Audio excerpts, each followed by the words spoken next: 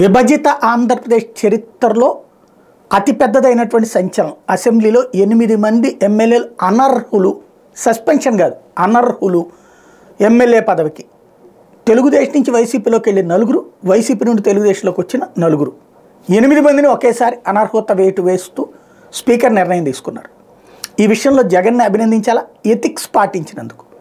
ఎందుకు అంటే చంద్రబాబు గారి టైంలో 23 మంది ఎమ్మెల్యేలు తీసుకుని మంత్రి పదవులు కూడా 4కి ఇచ్చి మామూలుగా 2/3 తీసుకుంటే నో ప్రాబ్లం. ఇప్పుడు ఫర్ ఎగ్జాంపుల్ బీజేపీలోకి 4 ఎంపీలు పంపించారు అప్పుడు చంద్రబాబు గారు, 6 రాజ్యసభ సభ్యుల్లో 4, 2/3 కాబట్టి అక్కడ ప్రాబ్లం ఏం లేదు, వాళ్ళ మీద యాక్షన్ తీసుకోవడానికి కుదరదు. అదే ఇక్కడ వచ్చేటప్పటికి 67 మందిలో 23 మంది అంటే 1/3 అప్పుడు అనర్హత వేటు వేయాలి. కానీ మంత్రి పదవి కూడా ఇచ్చి పూర్తి అనైతికంగా ప్రవర్తించారు. కనీసం పోని మొహమాటానికైనా అంటే నిబంధన ఉంది కదా అన్న చిన్నపాటి బాధ్యతతోనైనా చివరి రోజునైనా వాళ్ళని అనర్హత వేటు వేయచ్చు. నథింగ్.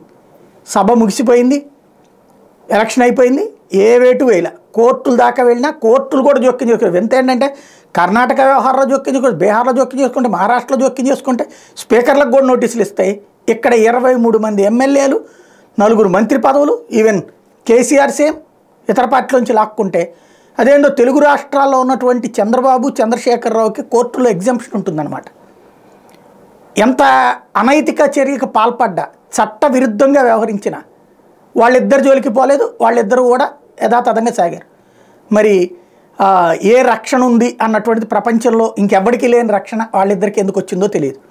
సరే, ఇప్పుడైతే 4 తెలుగుదేశం పార్టీలోకి వెళ్ళినటువంటి 4 వైసీపీ ఎమ్మెల్యేలు, కోటరెడ్డి శ్రీధర్ రెడ్డి కావచ్చు, తర్వాత ఆనం కావచ్చు, మేకపాటి కావచ్చు, శ్రీదేవిని అనర్హత వేటు వేశారు. అట్లాగే వైసీపీలోకి వచ్చినటువంటి వల్లభనేని వంశీ, కర్ణం బాలరాము, వాసుపల్లి గణేషు, మద్దాలగిరి, ఈ 4 మీద కూడా అనర్హత వేటు వేశారు.